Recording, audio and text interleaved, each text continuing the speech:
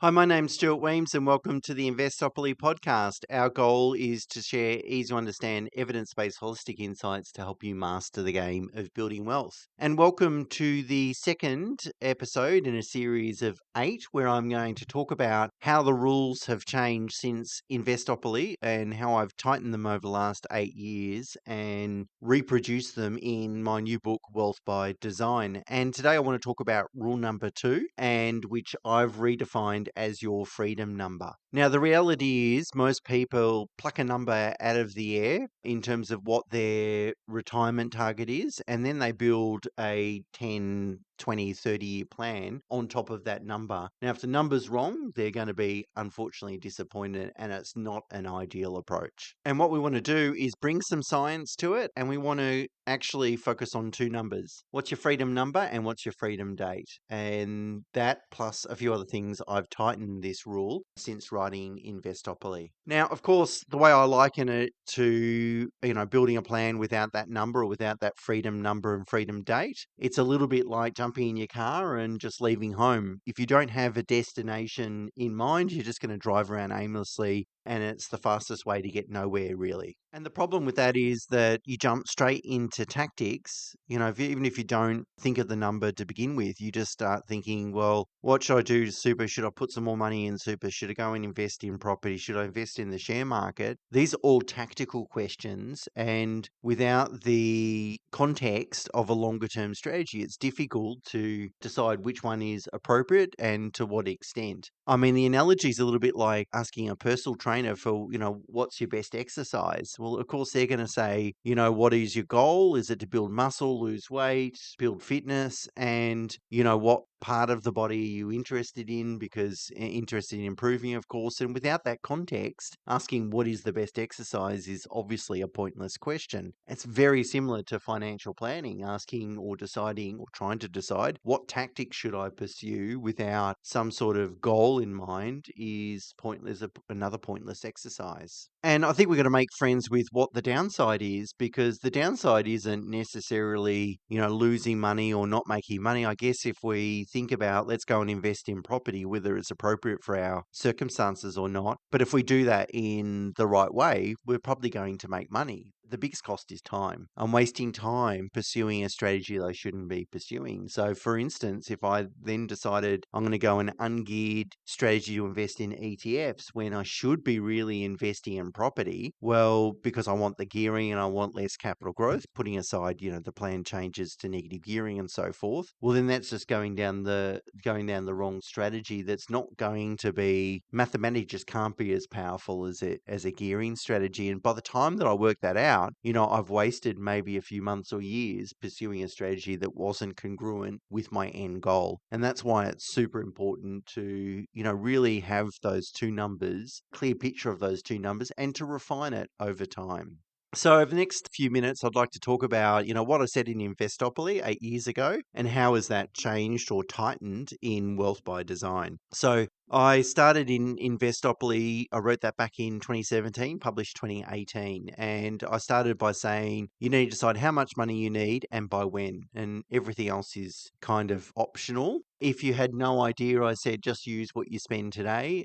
It's likely that you'll have expenses in retirement that you don't have now, and vice versa. But typically, we find people tend to spend the same amount in retirement. And if you're not really sure about when you'd like that date to be, pick 60, because that's when you can access super, or 65, somewhere between that. Better to have some sort of target than nothing. I called out that most people say, look, I want $100,000, but, $100,000 might not be as much as it was certainly pre-COVID. So that number's certainly moved. And we tend to we've had at least 20%, to numbers over the last sort of 5 years, but also 100,000 doesn't include any big ticket items. So, some more expensive overseas travel, gifts to family members, any other personal use assets that you might want to buy. In Investopoly, I acknowledged that retirement wasn't necessarily a binary concept, that, that you're working today and then you'll retire on Friday, and on Monday, you're not going to work at all.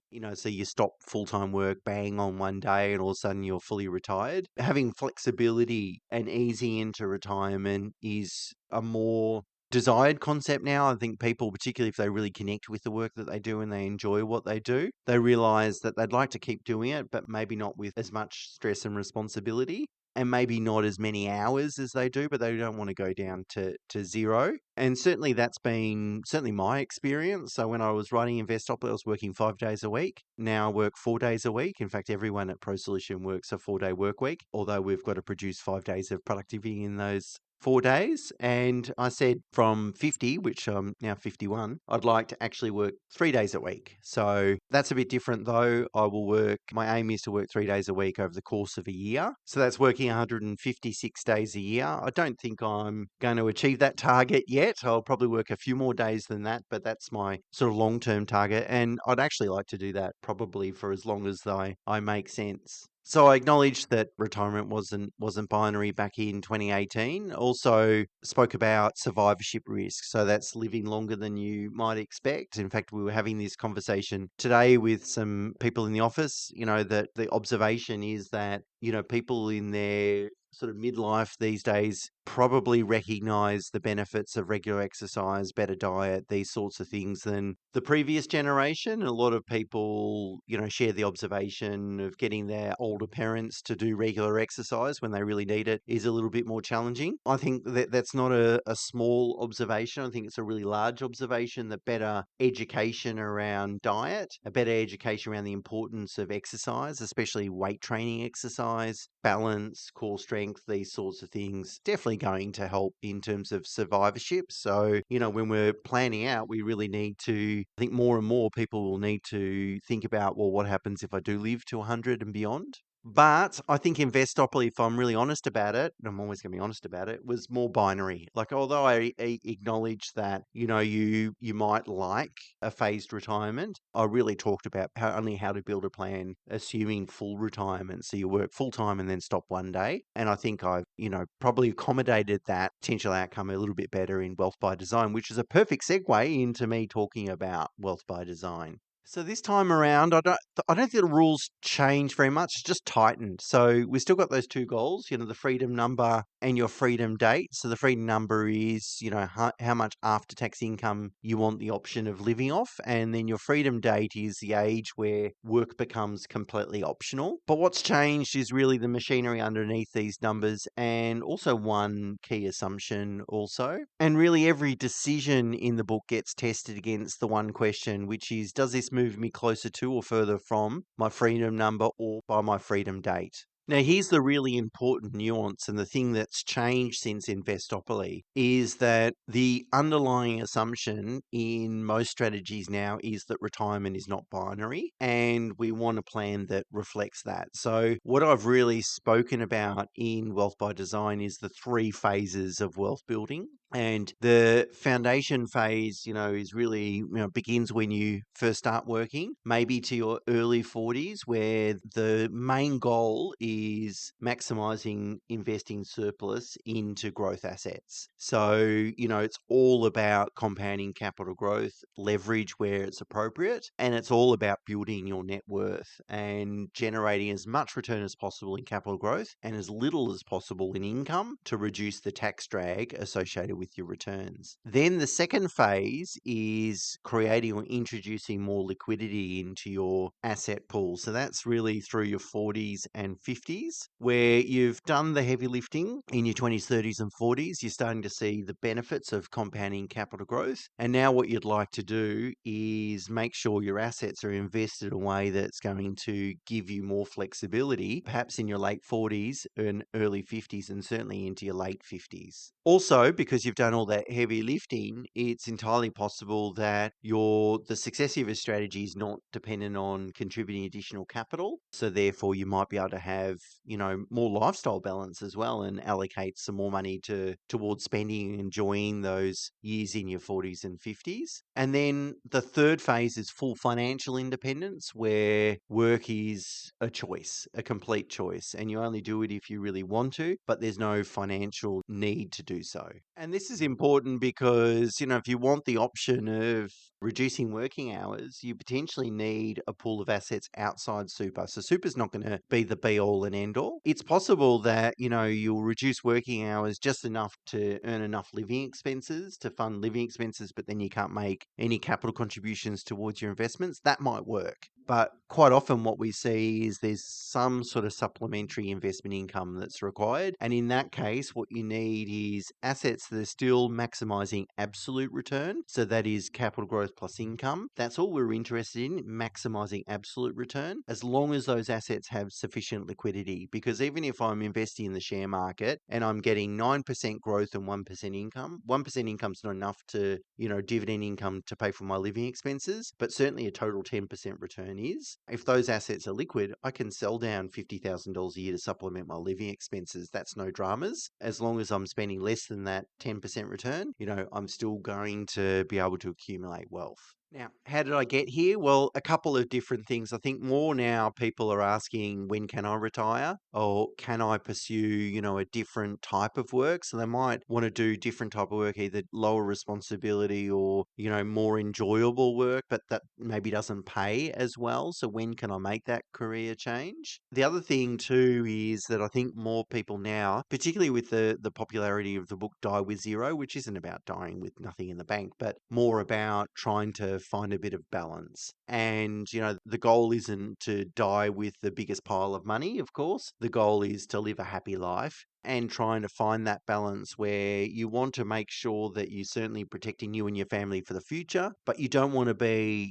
in your 80s and 90s looking at your bank balance going, well, I wish I did more in my 50s and 60s. That would be, I certainly wouldn't want that. I wouldn't want to live with that regret. I would much rather go, well, I've got enough money to live and I feel really comfortable, but I'm glad I spent all that money in my 50s and 60s and really enjoyed life. And so this is where you really cross over from phase one, which is asset accumulation, into phase two, which is really building in more liquidity into your portfolio, and liquidity provides flexibility. Longevity is now a bigger issue.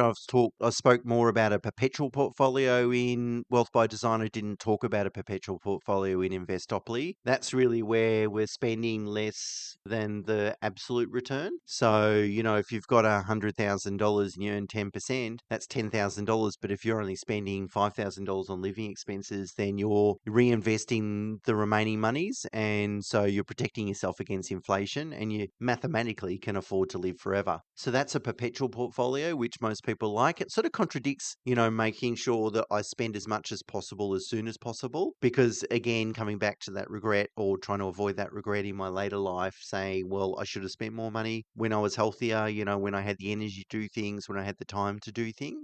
So you got to try and balance those two priorities. And I've talked about longevity in terms of education, diagnostics, AI, the impact of AI in medical treatment, things like wearable devices now. I had a conversation today at lunch about sleep scores, just measuring the quality and length of sleep all adds to longevity. I mean, genes have a massive role too, of course, so you can't fight genes. But, this sort of education, we haven't seen it really play out yet and how that's going to impact, how long people live for. And so Investopoly, I really just talked about unencumbered net worth, how much money do you really need? But I sort of pulled that apart a little bit more. It's not only just the size of the asset base, but how it's invested. So, how much is liquid versus unliquid, and sequencing of returns and sequencing of assets. So which assets do you spend first? And in terms of coming up with the freedom number, I've really pulled that apart as well. So provide a little bit more guidance. So really starting with what you spend today, subtract the things that you're not going to spend money on. And most importantly, add the things that you would like to spend money on, noting that you need to accommodate for impacts of inflation. And there's some things like travel, for example, over the last 5 years, it's increased by a lot more than what the inflation rate has. And really trying to come up with, a sensible, well thought out number. Remember, financial planning is exactly that. We're going through the process to try and come up with where we'd ideally like to be. So, you could come up with 3 freedom numbers, like a baseline, an absolute low end, a baseline, and then an optimistic. And then you can try and help sort of plan around that. So there you go.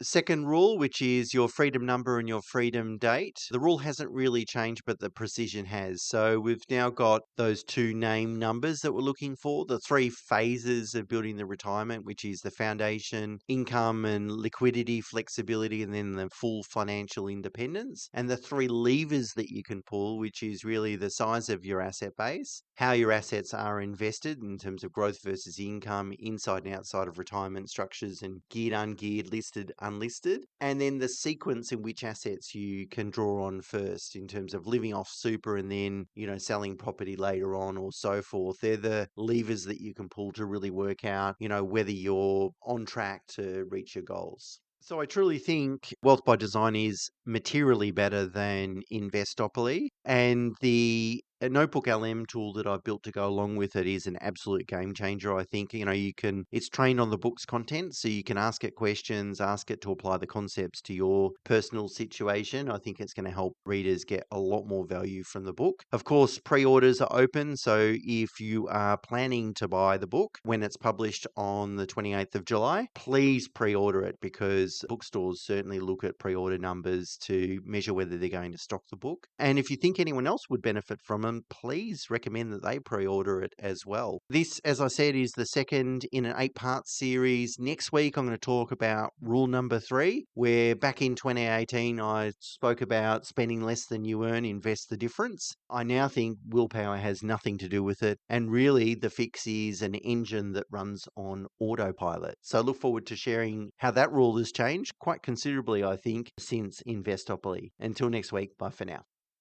Before I go, my new book, Wealth by Design, is now available for pre-order. Pre-orders matter more than you think. They're used by bookstores and online retailers to decide how many copies of the book to stock. So, as a huge favour to me, if you're considering buying the book, I'd really appreciate it if you pre-ordered it now rather than wait. And the part that I'm most excited about isn't really the book itself, it's the AI companion tool that I've built to go with it. I reckon it's a game changer, and I'd love you to see why. The pre-order links are in the show notes. Thanks a lot.